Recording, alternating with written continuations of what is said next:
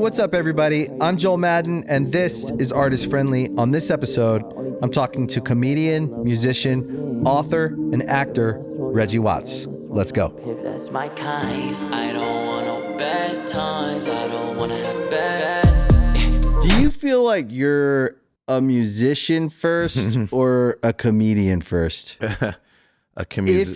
If you would consider yourself either, I don't know. Like, yeah. For me as an outside person, I would look at you and go like, okay, it's a brand of comedy and entertainment and music. Do you even think that way, or you just do your art and it is what it is? Like, is that a weird question? No, not at all. I mean, it's something I've thought about. I mean, technically, I would say like I'm probably a musician first. Yeah. I would say because, I studied piano at age 5 till 16, and I was in school orchestra playing violin for 8 years, and had my first band in high school.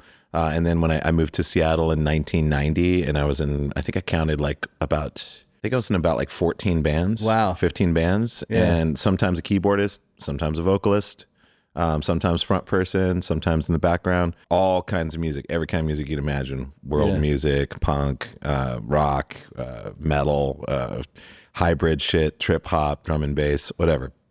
So I definitely have a shit ton of existence as a musician. However, Tons of experience. Yeah, tons of experience. And through that whole like 90s, I mean, and it's like, well, you guys kind of know about it. Like your career path kind of goes towards like the changeover. Yep. You were like right on that edge. Right on the cusp. Right on the cusp. Like you guys like were so lucky, but also probably saw a lot. But yeah, so for me in the 90s in Seattle, obviously Seattle turned into like, it went nuclear in like what, 92, 93, something like that. I moved there in 90. So I saw the quiet town. That was like quiet as hell when it was late at night, and you drive around, you're like, I got this whole town, whatever I want to do, nighttime's my time, to every label having a satellite set up somewhere in there, and like every club. Every band's getting signed. Every band's being signed. They're looking everywhere. It's like bands are moving there, actually. Yes. Yeah. A lot of bands. I mean, Edie Brickell's band, whole band moved up there.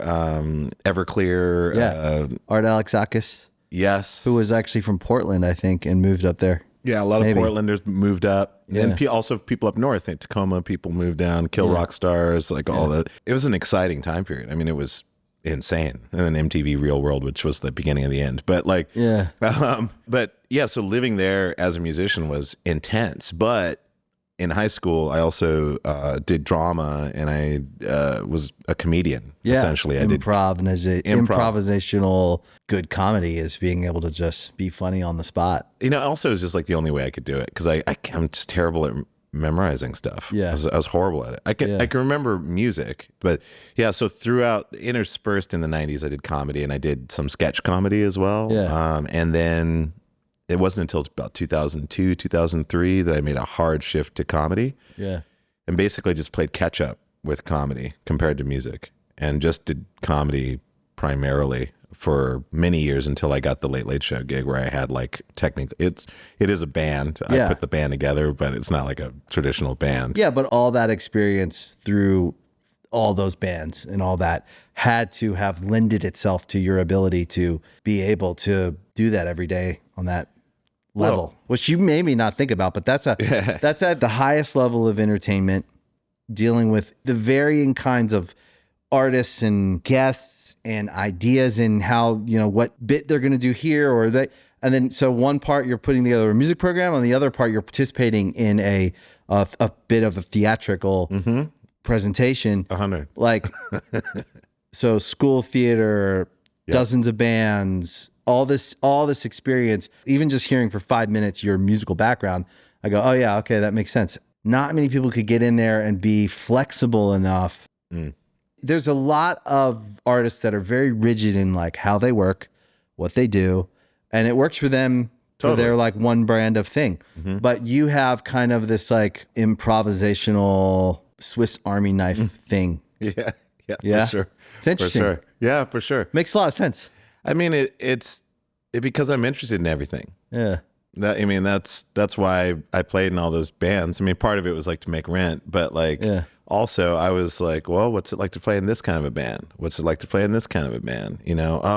oh, this is cool. Maybe we could do this kind of music, or like, oh, this is like a from scratch band. I'm not joining in on a band. Like, oh, we're all coming together making a band. What is the band? Yeah. Let's make the band, because I was just interested in it. And that's the same thing with comedy. I was like, oh, what's stand-up comedy? I started seeing David Cross, and David Cross was on a music label, and I love David Cross. I mean, like, he was like one of the first guys who was like, oh, he's on a music label? Yeah. Whoa, that's awesome. He's rep by it, but he's not a musician. And, and then I heard like, Eugene Merman was opening up for, I forgot, they were like a badass, like indie rock darling at the time, but he was opening up for them on tour. And I was like, oh, this is so cool. This crossover of comedians into music and rock music, and which isn't a new thing, but it kind of had a resurgence in like 1999, early 2000s. Yeah. And then to see that, and that inspired me. And then, going in comedy, and then comedy being blended and weird at that time, because I came in on the alt scene in New York. I moved to New York, and there was really only one place to perform at the time that I moved there. Same thing with Seattle. It's like I moved to Seattle, quiet, blah, blah, blah. Then all of a sudden, and the same thing with New York. I moved there. There's one comedy night. Everybody, Kumail Nanjiani is performing there. Chelsea Peretti's coming through there. Maybe David Cross does a set on there. Like everybody that you see on TV now acting or has their own show, or Nick Kroll or those people. Yeah. They're all there. They were all in that scene. And then suddenly it just like blew the fuck up. And there were like 5 or 6 comedy nights that you could get up on. And so people were doing like 3 shows a night. And then the viral video thing came online. Like that was a first time thing. Yeah. And then of course comedy hit it big there. And then you got like TBS investing in Super Deluxe, and Super Deluxe doing the label thing that was happening like in Seattle, the parallel where they're signing all the comedians to make viral videos, to make them. Yeah. And so everybody got like really good budgets, and they were making these crazy videos, and it didn't quite work out, but it was a cool gold rush. Well, it didn't work out in the sense of, I think, what people for them. Yeah, for them, because I think they were laying the foundation for what we know today. Like the pioneers, usually, most of them die. You're right. On the way to the frontier, you know, like it's interesting. Like there was this new format, and then everybody rushes in. It's all built on top of each other, right? And now the world that exists today with all these like creators that like older people from a different generation, a lot of them we by nature don't take seriously, because we're just not used to that format maybe. And it's like our parents almost like not taking us seriously. But I always remind myself that when I have the like first reaction to some young creator that's making like really viral stuff. Yeah. And I'm like, yes, YouTuber. Yeah. Like my operating system just does not compute that as credible entertainment. Yes. And so I have to remind myself, because my kids will be like, Dad, check this out. It's hilarious, or it's this or it's that. As I've gotten older and my kids have gotten older, I'm certainly not like hating on any of them. And I am way open to like I give them their credit. But it's my first response as an artist, and then as like a consumer of art, to go like, those kids. But like, they wouldn't exist. That's funny. They wouldn't exist if that early wave of YouTube and content and viral and all that, like TikTok wouldn't exist if Vine didn't exist. Vine, I know. And like, I'm not a TikTok hater. At all. Like I still probably don't use it fully correctly, but like I don't love Instagram, but I'm on. But I found my place. I don't love anything. I've found my place on it. Sure. Like I've got to interact. And so I do the things I do. Like I do this show, I do a couple other things I care about. That's what I do. Yeah. And it is what it is. But like I see the new generation of creators. It's not that I don't like them. It's I have to remind myself not to be the old guy with like a shotgun on the porch going like, get off. Yeah, get off my lawn. Yeah, kids, get off my lawn. I know. It's funny. It's like the people I hang with, I mean, I don't have a family, I don't have kids, but like I say probably most of my friends, because some of my friends at my age usually have a family or something like that. Yeah. So for me, because I don't have those things, I'm like always at the clubs, like checking out the new music. Right. So not that you can't do that with a family, but it's harder though. It's just harder because you're just like, oh, the gravity is there. But for me, I'm like, oh, okay, well, what's going on in the Echo tonight? Or like, what's going on at Goldfish tonight? Or like my friend, or like some young DJ guy's like, hey, it messages me on Instagram. It's like, hey, I'm doing a set at this weird place. I'll be like, I'll be there. Because every time I go there, I hear stuff I've never heard before. Yeah. And it gives me reasons as to why people are doing what they're doing. And I have a new girlfriend, and she's just amazing because she's kind of like in touch with a lot of like the TikTok stuff or whatever. And so she'll show me stuff.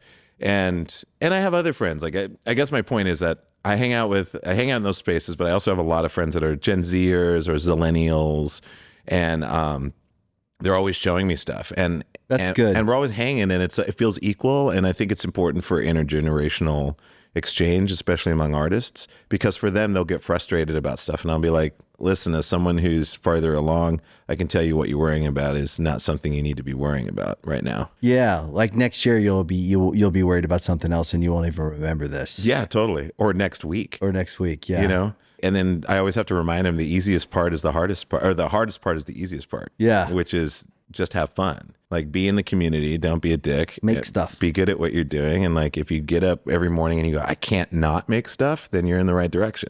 Yeah. Just keep making shit, have fun, hang out with your friends, be in the community, and you'll all rise up together. You know, Yeah. It's pretty easy. And I think that LA has got an amazing scene right now. It does. It's pretty cool. Yeah. The way that all the artists are all interacting with each other. Yeah.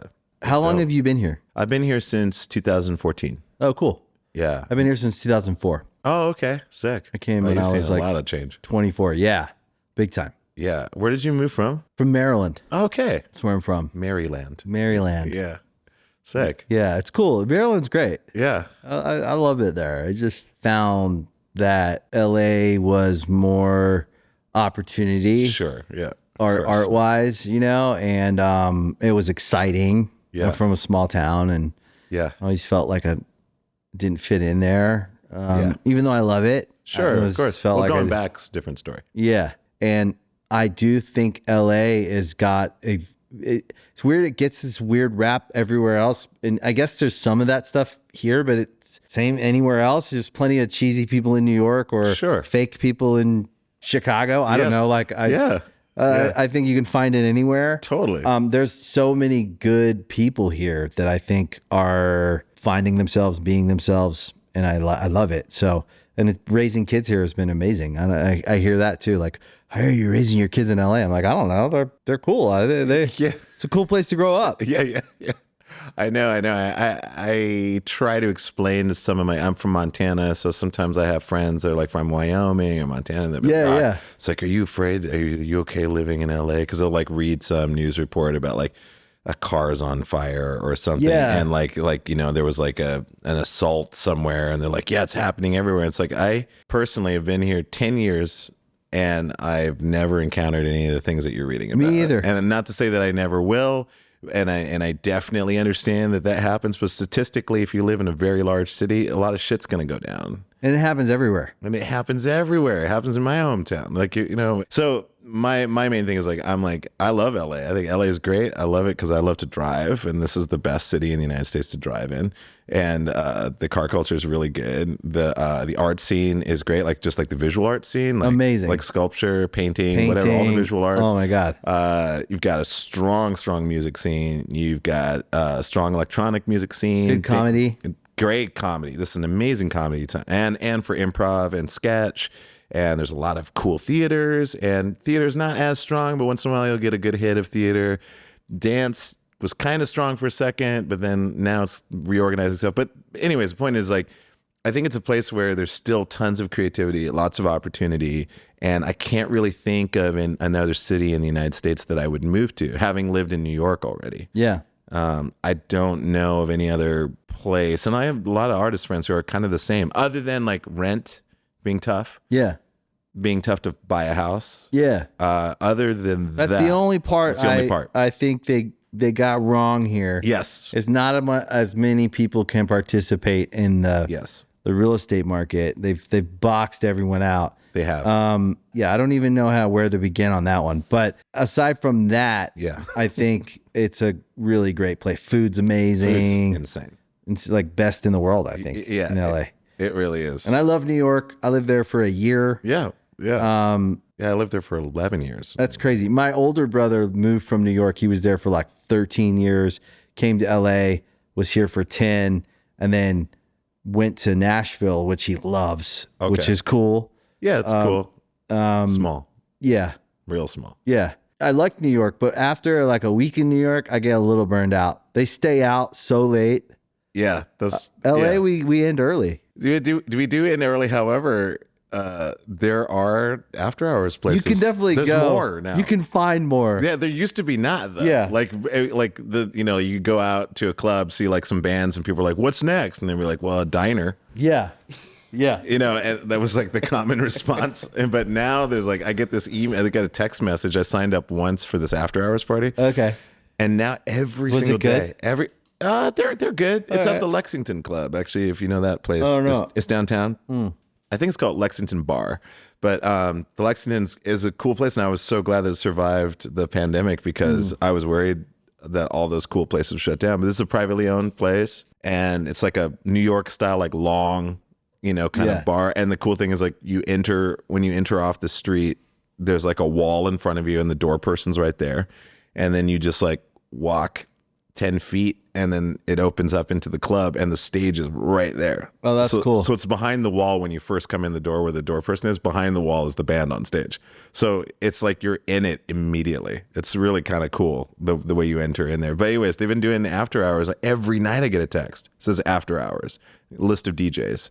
Every cool. night, even like Monday night, Sunday night, every night this summer, I've gotten a thing from them. So I'm like, it must be working because they're doing it. But it's Not a that cool many time. options. So No, it's not that many options. But I want to like start a club, an after hours club, no alcohol, smart drinks, like really cool, like healthy, like smart drinks, like cognitive enhancing drinks or whatever. mushroom drinks, kombucha, shit like that. Yeah, mushroom drinks, like adaptogenic, whatever.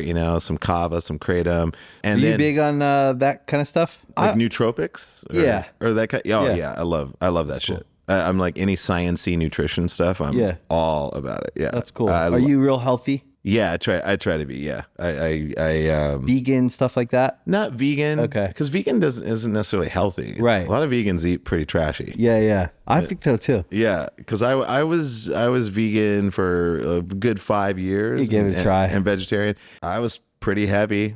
And I was just eating a lot of carbs. Right. And I wasn't as educated nutritionally. Right. But yeah, no, I'm just kind of like, I just try to eat really good quality. Yeah. And healthfully and just try to have good habits. Thoughtfulness. Yeah. Mindfulness. Mindfulness, like I love making sure I get enough vegetables, making sure I get enough fiber. I'm taking like resveratrol and whatever, these weird supplements and always researching that. And I'm really into that shit. But That's cool. I just want a place to hang out where it's like healthy and I want to have like a room where you can like, if you wanted to do K with some friends, you could just do it safely and just feel like safe, right? And do it and have a good time. What's K, like ketamine? Ketamine. Okay, yeah. cool. Yeah, or as they say in the UK, I've ket.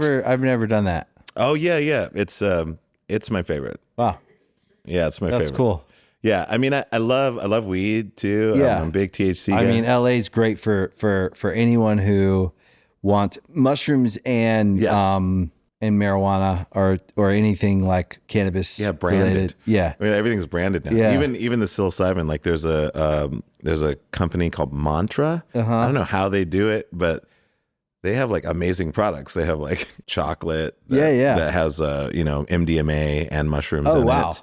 That's amazing. Yeah, and they have. I've never done MDMA either. Oh man, if you want to have like an incredible experience with your partner, like Right. one day, That's what I've MDMA, it's just like completely clear, wide open, high bandwidth exchange of information and feelings. Wow, It's insane. that's cool. Yeah, I couldn't believe, like, even with my girlfriend, a friend of hers, like they plan these nights where they'll have like 6 friends over and they'll Right. do MDMA, and we just hang out outside in their backyard, and they have like a little fire pit, and everyone just kind of gets together and has these conversations, and it's just incredible. Very therapeutic, I bet. Very, very therapeutic, and you kind of realize the stuff that you might be getting in your own way. Right. The compartmentalization. Yeah. The stuff that you don't want to say because you think it's embarrassing. Yeah, blah, yeah. blah, blah, blah, blah. I love that stuff. It's great. Yeah. And K is like kind of similar to an extent. But ketamine is more like any issue that you're having, it's non-emotional. So like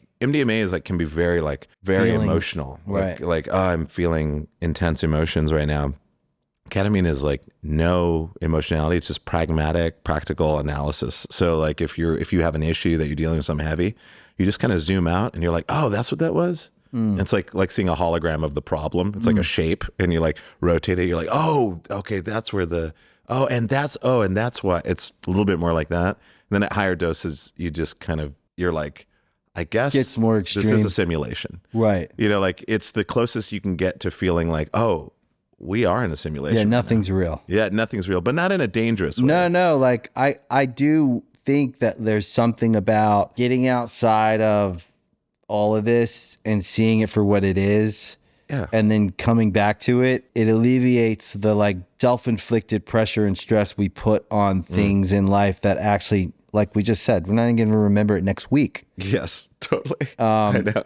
Let alone next year. What I'm stressed out about at this period of my life is I'm not going to remember it next year. Yes. So like there is something about that self-inflicted pain that and suffering that we kind of all have in different ways. Yeah, it's just a groove we get into, and sometimes it's just nice to be reminded of like, oh shit, right. There's other ways of looking at things. I mean, you can arrive there obviously a million different ways. You could do deep meditation. You could, there's all kinds of ways. So I meditate.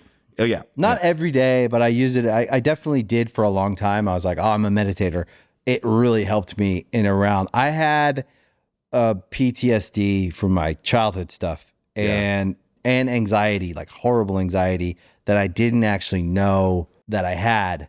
I mean, I knew I had it, but I had not done any work on it. So I stumbled through my 20s, and I'd say I did pretty good for stumbling through my 20s as far as like not really hurting myself or anyone else and acting out in ways that like were beyond like just being a little messy. Yeah. But looking back so when I started working on it in my 30s and actually getting diagnosed like by therapists, a psychiatrist, and they're like, oh, you have PTSD. You need to we need to work on this. Meditation was one of the tools I used for a long time, along with other things like mushrooms became something that I did for like the microdosing thing was really, I found that to be life-changing. That's incredible. It's an incredible substance. Yeah. Yeah. 100%. And then you kind of come back to it sometimes. I haven't done it in so long only because I've always felt like it comes into my life when I need it. Exactly. Yeah. And I don't have to think about it,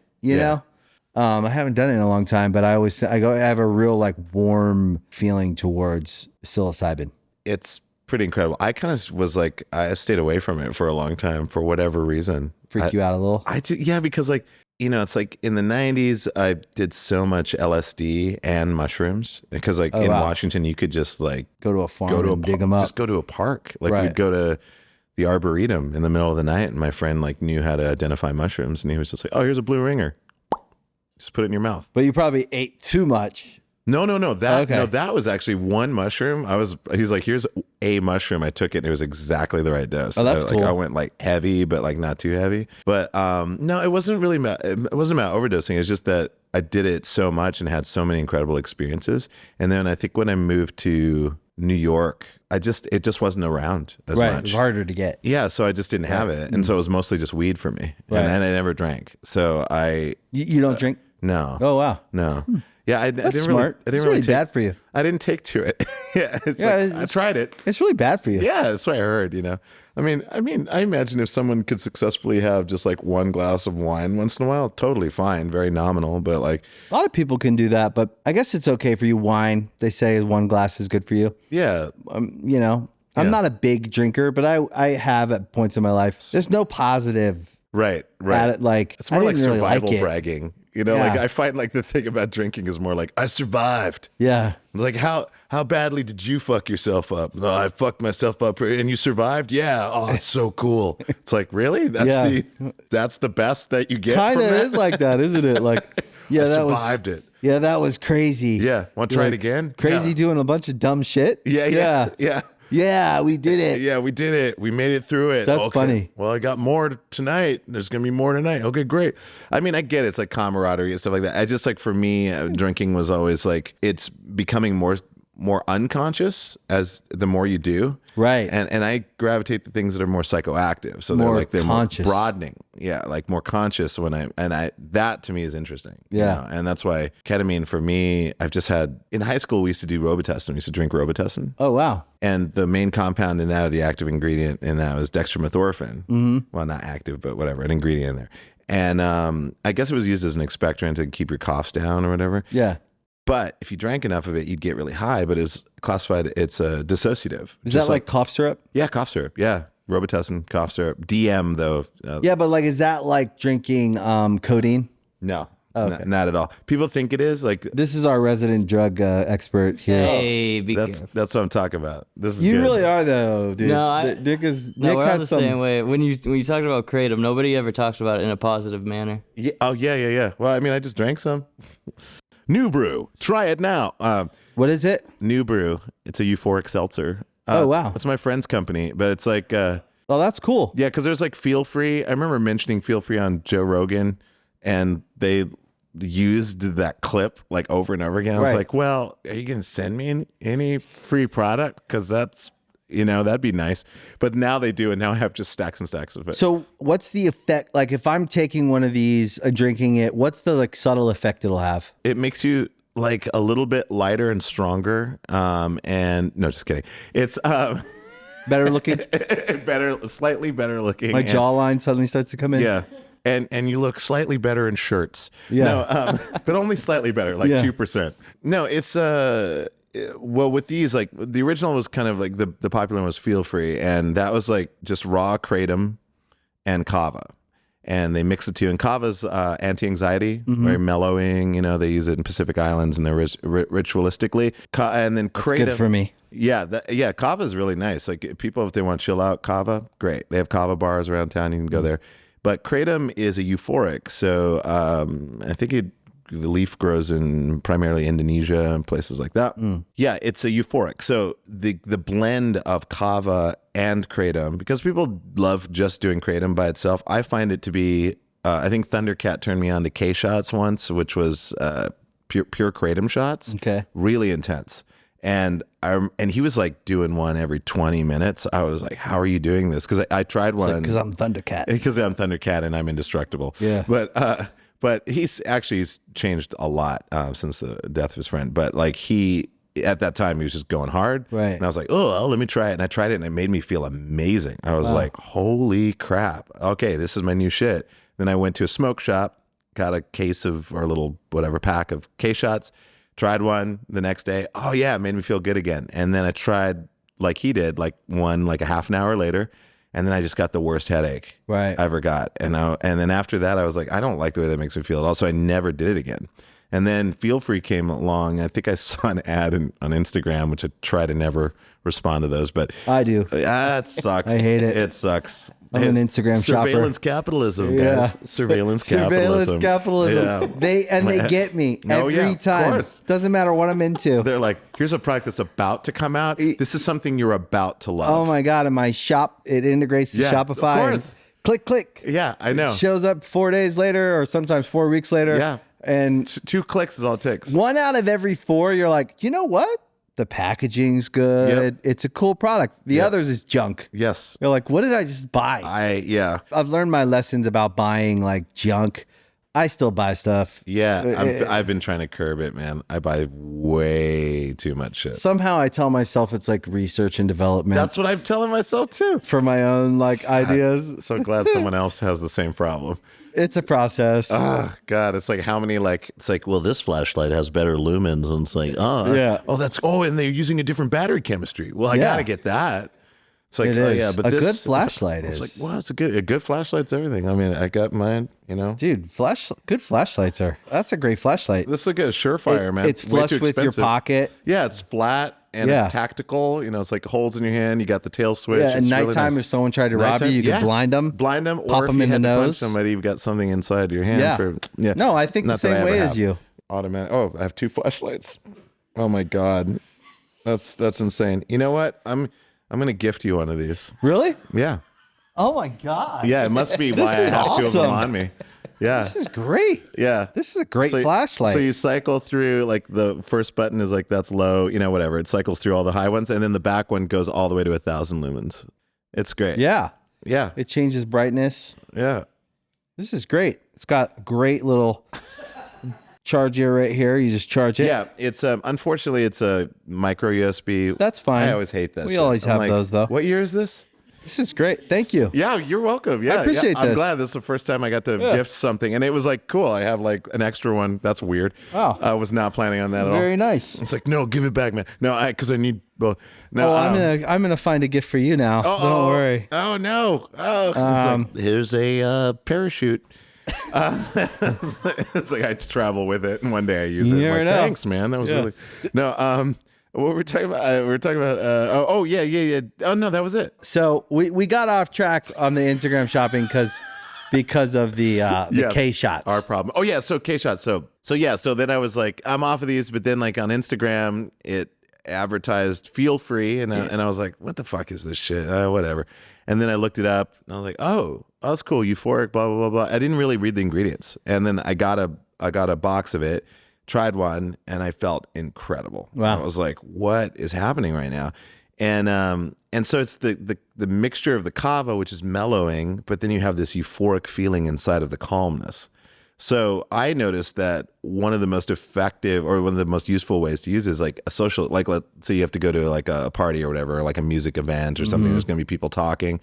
I take one of those before I go in, and I am like, You're good. oh, is that interesting? Oh, this that I worked on that as well. Hey, Sharon, come over here. Did you know that he worked on this project? That's really cool. I've always been interested. Like, I just turn into the most amazing social fluid person imaginable. To be socially fluid is a real thing that I don't think anyone actually talks about enough on either side of the coin. Like, to be socially awkward is not a good experience. I'm socially awkward at times if I don't ramp myself up to be the social person that I need to be. Right. Especially in a room where I should be social because I know these people. Right. And like they like me. And then in a room of new people, I should go into a room of new people and like try to connect Yes. with people in a positive way. Yeah. I think that's actually like a good skill to have. And beyond that, I'm raising these two human beings that are watching me interact with the world. Right. And I want them to have the freedom to be social if they want and not be raised by someone who's closed up and not open to experience, ideas, culture, all the things. So I do believe that like I've got to work on myself. And so if for the only reason was because there's two humans coming behind me just watching me interact with the world, and I want them to form a view of the world and feel like they can be anything they want, they can have any view they want, and they're not being raised by a rigid person who's just like, this is the way I am, this is the way it is, people suck, and this, you know what I mean? Like, yeah. certainly there's going to be rooms we go into and they're not as good a time as the other room. Sure. And that's our experience of it. And I try to be careful how I describe my experience to my kids because I don't want them to form a judgment on anything, really. You have to prejudge. Yeah. Like before you even walk into the room. Because they might go and love it. Yeah, exactly. Yeah, because you never know. I mean, yeah, and I think that there's something about like, it's also just keeping things in perspective. Right? Like, obviously, some people are like, I get so much anxiety walking into a room, and I understand it. And I'm usually the person, I will say, I'm usually the person that can kind of ease a room a little bit. Like, I was on a phone call today with, I'm hosting a JPL event at this Alex Theater where it's called Blended Worlds is the theme or whatever. And I love science like very, very much and art, obviously. And I've always believed that they're so synergistic, I agree. Together. I mean, look what we're using. But yeah, so I was on this phone call and they kept me on like a long time. And then I was like, this is kind of going on. I was having a good time, but I was like, surely they have to like check on a spacecraft at some point. Right. You have to check in on some telemetry or something. Anyways, but like the guy was like, man, thanks for this call. I haven't laughed like this in a few months. And I was like, oh, right. Yeah. Like these guys are like in charge of mission programs, you know, and their kind of side thing is like kind of donating some of their time to make this thing happen. And, you know, and I visited JPL the other day, and they love the opportunity to like be social and free and laugh and things like that, because it's just not really in the culture in science. Right. And also, I will say, I like making other people feel comfortable. Yeah. Because I was the guy that in high school, like if I saw the weirdo kind of like long haired over his eyes kid like scribbling something in the corner of the room and no one's talking to them, I was always the guy that was like, hey, what are you working on? You know, or we were in the lunchroom and someone was sitting by themselves. I'd be like, hey, come on over and hang out with us. Because those are usually the most interesting people. So oftentimes if you just give a little bit of energy to someone who's being awkward, or they could just suck. Yeah, but you're just like, you start talking to them, you're like, hey, I'm going to, and they're just like, yes, and I love, blah, blah. And you're just like, oh, I don't know about that. That's an interesting viewpoint. Okay. I gotta find my exit. But I think like giving everybody a chance and giving a situation a chance, that's something for kids to know about, because as a kid, thankfully I had bubbly enough parents. My mom was like kind of boisterous enough that she was my example of like, I'm going to tell you what I feel like in this moment. And I wasn't as hardcore as she was, but I did a social version of that. Right. Where I'm like, hey, I'm here. What's going on? You think that was the big influence? Yeah, my mom, my dad, I think I got it maybe genetically from my dad, because my mother would describe him as like a charming guy, was the life of the party, was a great dancer, and just kind of like lightened the mood everywhere he went. But he was a 2-time Vietnam vet. And when he moved so in Europe, he was like on fire. And when he met my mom, because she's French, met her in France, he was on fire. Moved to Great Falls, Montana when I was 4.5, 1976. So were you born in Europe? I was born in Stuttgart, yeah. Oh, wow. Yeah. And then you moved to Montana. You moved to Montana. Yeah. Why? I was born in Stuttgart, and then we were stationed in Spain for a while. So it was military. Military, yeah. Wow. Yeah. And there's an Air Force base. So my dad was in the Army, I think, in Vietnam, and then switched to Air Force, and then was stationed at, I think, Ramstein Air Force Base in Germany. And then we went to Spain, and there was another base in Spain outside of Madrid somewhere. And then we moved to Malmstrom Air Force Base. But we didn't live on base. We bought a house outside of it. But so, you know, once he moved there, though, his health started to he had heart problems. Plus, he was a vet. He was in a place where he was like, you know, a black man in a 98% white town, super white, and he grew up in the Midwest, you know, Cleveland, in the black community. Even though, like in Europe, he was hanging out with mostly white existence as well, but their view of race was very different over there. Yeah. And so like he felt very free and open. I think that's why he was a little bit more on fire there, or even when he was stationed, you know, at places, like he was kind of a bubbly guy, so he got along. But then like mixed the health stuff, and then plus him like sitting in the dark, you know, I'd catch him, I'd go to the bathroom as a kid, and he'd be, the lights were all out, and he'd be in a chair just staring. And I'm like, that's his way of trying to deal with the things that he saw in PTSD. in war, PTSD. And, you know, and so you mix health with PTSD in a culture that's doesn't really ring close to you at all. Yeah. And like, that's a recipe for like shutting down. It's interesting because I understand the European culture because I've done so much traveling there. Yeah. Where it's different. It's not constricted. No. And you're not defined, right? Like there's an openness to it that's like there's a fluidness to, and like an openness to the mixing of all the cultures in Europe and all the people in Europe. And then obviously in America, you go somewhere like Montana, beautiful place. Of course. Culturally though, it is predominantly white. And at the time, you know, when they moved there, was at the late 70s, early 80s. Yeah. You know, I could see how that would be like just a complete environmental change and how it almost shut someone down. Yeah, especially, and then you add those other factors, you know. My mom did an okay job mixing in with stuff. I mean, it wasn't all of the sudden, but you could tell there was like a curve, right? You know, where I could tell like he was cool for the first few years. And then when I became like a teenager, I started like really seeing it. Just like contradicting him a lot. And we started like rubbing up against each other. As you do. And that's why my mom was like, well, you know, I wrote a book last October, and it's all about Great Falls, Montana. It's called Great Falls, Montana.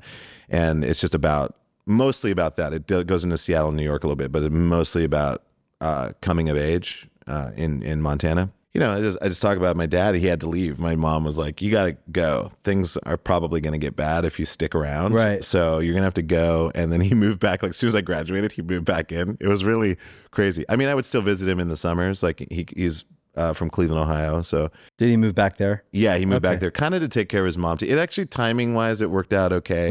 And also I was just happy to have not such a rigid authoritarian, not that he was completely authoritarian, but came from that, you know? And I was just glad to have a little bit more leeway to be able to be who I was and experiment with who I was. And so I appreciated that. But at the same time, I totally have sympathy for my dad and what he was going through. He never got to talk about any of that shit with anybody. I mean, maybe some of his war buddies. Yeah. Maybe, but not even then. I don't know. That's a tough thing. It's tough, man. It's like a time in that generation didn't have the opportunities that we have to talk to people. Whether it's a therapist or someone just that we meet, it's a different time. Like people are talking, like especially men, like we talk now. Yeah, I know. We talk about we talk about our feelings. We talk about, you know, like it's just a different time. Yeah. My dad was raised by a World War II vet, major PTSD, lots of trauma, and I thought it was interesting. Like his dad wouldn't let him go to Vietnam, and because he knew. Jeez. And they had a very unhealthy relationship, and his dad suffered from all the trauma of war. Yes, but had the like love for his son that he was like, I already gave that part of my soul to that thing. Yeah. I'm not letting you. And my dad still kind of suffered from all the trauma. It's generational. It's passed down. Yeah. And then I had a very, very complicated relationship with my dad. He was gone for a big part of my life. We reconnected, and I had done enough work that I could have a relationship with him. It was a good relationship. I mean, we had a friendship, and we did a lot of healing. At the same time, probably would have needed another couple decades to like actually get deeper. Yeah. The way I am with like my wife or my kids or my brothers or my friends, like my relationships can go a lot deeper than they used to because of the work I did, which takes decades of work. It takes like all kinds of stuff. We're all finding our tools, right? Yeah. Some people it's therapy and mushrooms and this, and some people it's working out and this and that. But everybody in this, it seems this day and age, we're all conscious of like personal growth for the most part, I think. I think so. And like we're doing things with an aim that's kind of upwards. Yeah, I think so. I will say that that's kind of something that I learned from the younger generations too, that I'm glad, you know, like some of my Gen Z friends or whatever, like, you know, people like everyone makes fun of every generation for like the stereotypes and stuff like that. But I will say Gen Z makes me really hopeful. You know, they, you know, as much as people say like, oh, they've got like, they're always talking about trauma and they're, you know, they're like depressed and there's like anxiety and stuff. It's like, yeah, well, there are reasons for that. Culturally. Yeah. And they don't know where the fuck they're going. Like, where's any of the shit going? So they have like that vibe. And then they're like, well, I can't make as much money as humans in the United States used to make, you know, before. And now I got to figure that out. And do I want to go into debt? Do I want to go to school? Because it's going to give me debt. So there's a lot of that stuff. But I will say they're more emotionally available. They're a little bit more emotionally raw. And it's sincere. It doesn't sound like an excuse, right? You know, because some people will like complain. I've heard like older people complaining like, well, you're just using that as an excuse. It's like, no, that shit's real. And also just believe someone when they say that at first. Would you say you're an anarchist? I don't think I'm an anarchist. I don't think I'm an anarchist. I definitely have anarchist vibes to me. You have a very like punk vibe. Yeah. Like what I would say the true ethos of like when I grew up in punk and my friends that were really like punk purists in the good way. I'm not saying like, oh, your spikes aren't long enough or your clothes aren't right. But they were like, they really digested the messages of certain bands and they like really like were living some ethos that like they believed in. You hit me the same way a lot of my friends who were like, they liked music for a different reason. It wasn't, some of us just wanted to go and have a good time or you know, get it out. Yeah. Like they like were like they really like loved they were into the ethos of certain artists and have all grown to like do interesting things in the world. And I think it's a cool part of the integrity of the person that like that why do they like the art? Well, you see that with certain people, they relate to art for certain reasons. And you strike me a little bit like from what I've seen in your like what you put in the world and then sitting with you, it hits me the same way. And anarchist is an extreme word. No, but realist, almost like a person who wants to live in the reality of now and see what's really going on versus people that want to just believe that I pick that team or that team. Yeah. Right. And just like, and just go on about your day. Because I don't think you have a team. No, I definitely do not have a team. I'd say if there was a team, that kid that I described in the back of the room, that's the team I play for. Right. Like I play for free thinking. Yeah, like I don't like people getting taken advantage of. Yeah. You know, I don't like when someone's like, they're not at their full capacity yet, or they're growing, or they need work on something, and then people are starting to pick on them. I'm just like, fuck you, man. You know, and maybe I get that from my mom, you know, being French. Yeah. They're very into egalitarianism. You know, they're not, it's not a perfect society, but I do like that. It's pretty cool though. I do like that spirit of just like, you don't fucking treat someone like that. We're all going to band together and we're going to fucking be loud about it, you know? And I just won't stand for it, you know, when people are being unfair. And when I know that there's a better way, it's like, you know better. You know what the fuck you're doing. It really pisses me off. That's why when I read about billionaires and things like that, I'm like, what the fuck are you guys doing? Like, what is it? You know better than that. You know better than that. Either that or you're complete sociopaths. Which is the truth. Which is the truth. And everybody around them wants them to be that because they want to keep making that money. Yeah, they're all on the train. They're all on the train. But, you know, so I think for me, it's like I'm a bit anti-imperialist. I'm anti-capitalist. And then people will be like, well, yeah, but you were on the Late Late Show and you made money. It's like, of course, I'm in a capitalistic system, of course. But I want to change the system. I know that we can do better. I know that we can do way better. And I'm hoping that, I don't know, I just hope the younger generation just kind of bypasses what we're doing. Because there's like, all this shit's just not working. I don't think you can fix capitalism. I don't think that that's going to work. And I'm not a socialist. I'm not a communist. I'm not any of that shit. Right. I think of myself more as like a kind of a compassionate, humanistic, and environmentalistic engineer. Yeah. I like to solve problems. And I like to have I like simplifying things, and I like encouraging people to solve their own problems, you know, and I think that the future is more distributed and more modular. People able to take care of themselves modularly and not relying on large systems. And I think that that's going to be possible because these systems are too slow. They're not going to be fast enough to keep up with it, especially when younger generations are just going to start getting hip to things and like loopholes fast. And like they're just going to start doing shit. Like the best way to change stuff is just start living life the way you want to live. Yeah. And start with yourself and like make sure you're okay, and then like, you know, go from there.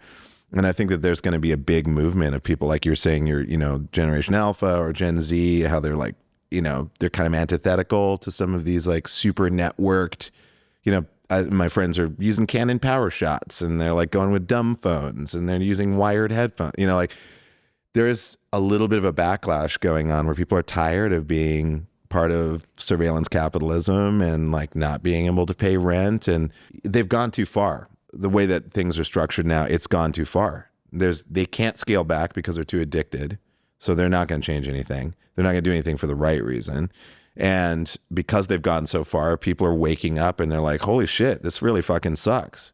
And there's a lot of energy starting to build up around that. So if a solution, and I'm definitely not for violence in any way. Yeah. I think you can outsmart people without being violent. I think you can change systems without violence. The old pen is mightier than the sword. Yeah, 100%. Stands true. I mean, I think it can. I mean, we've seen shit change, not in the good way, because capitalism always catches up, right? Like Uber, and you know, at first you're like, oh, that's such a, instead of taxi cabs like kind of owning the town and like setting their own prices, now there's a new thing that's like a little bit cheaper and it's easier because on your phone. And then of course it became hyper capitalistic, and then there are problems with that. But I don't know. I'm hopeful that humans are inherent. We're all better than is represented. I think if aliens came down and they looked at our media, they'd be like, what the fuck are you, what is this?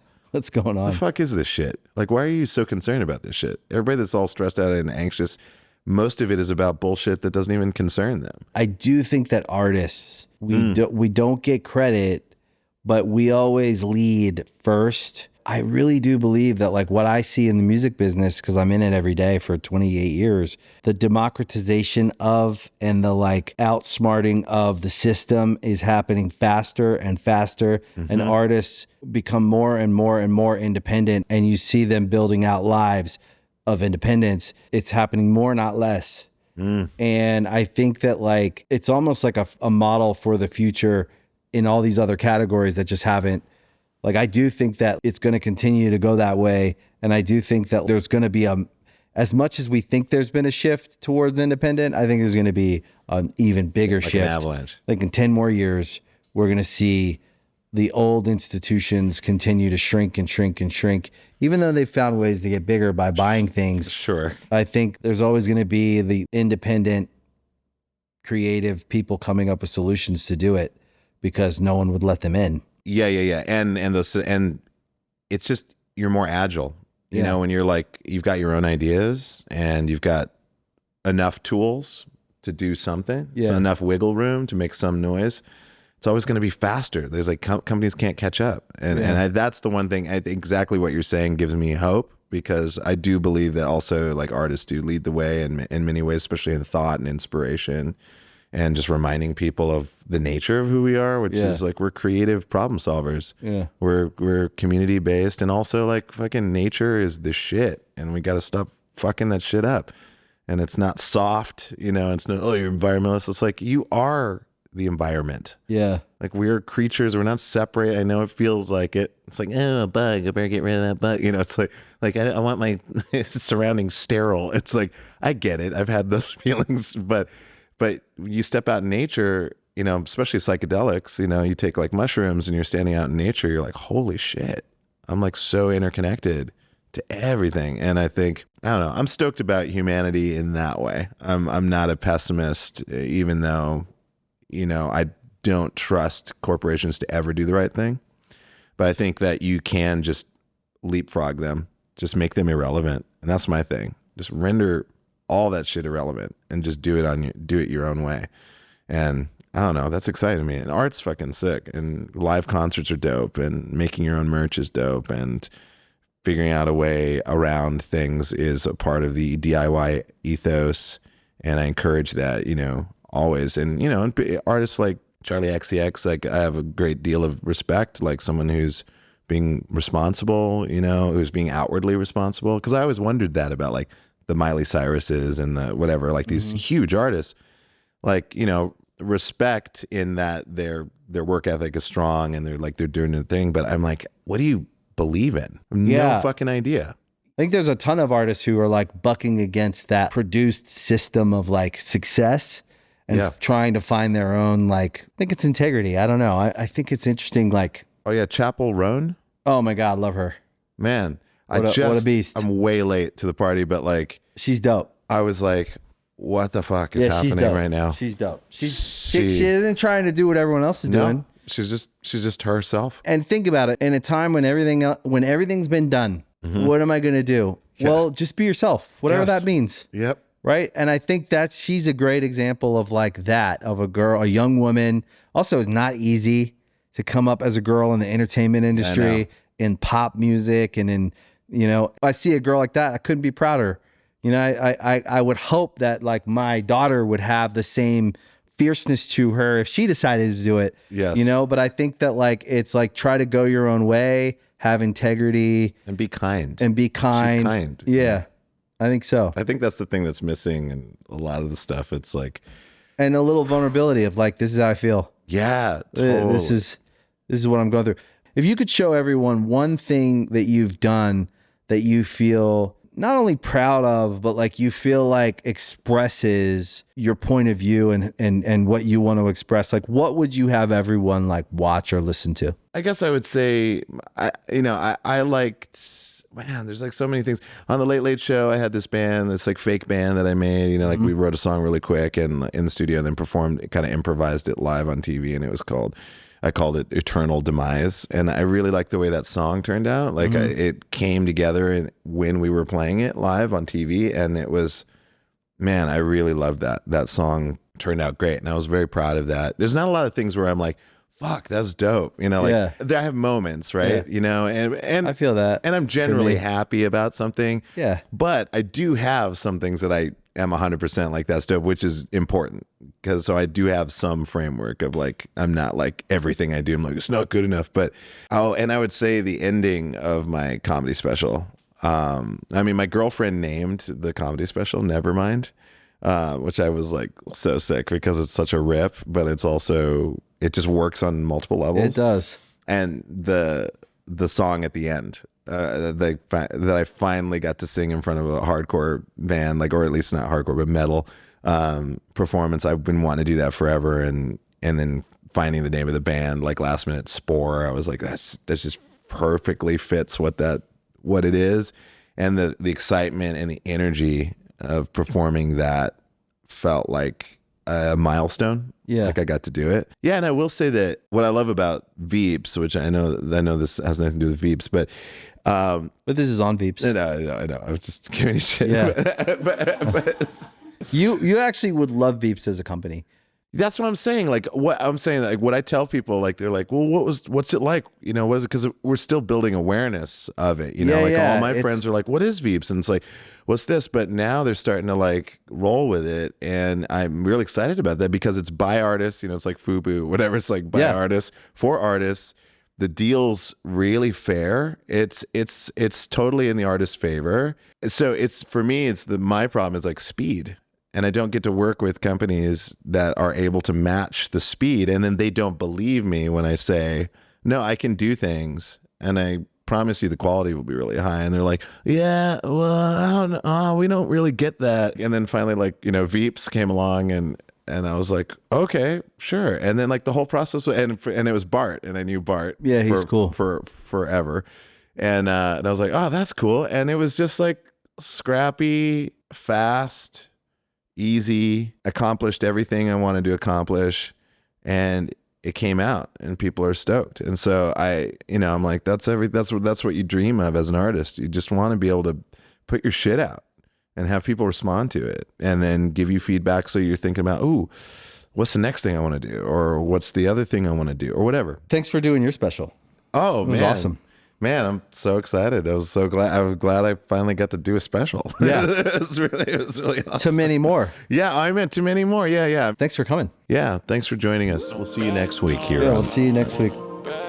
I hope you enjoyed today's episode of Artist Friendly. If you really liked it, you can follow, like, subscribe to the show anywhere you listen to podcasts, Spotify, Apple, Amazon. We appreciate your support, and we'll see you next time. Bad times.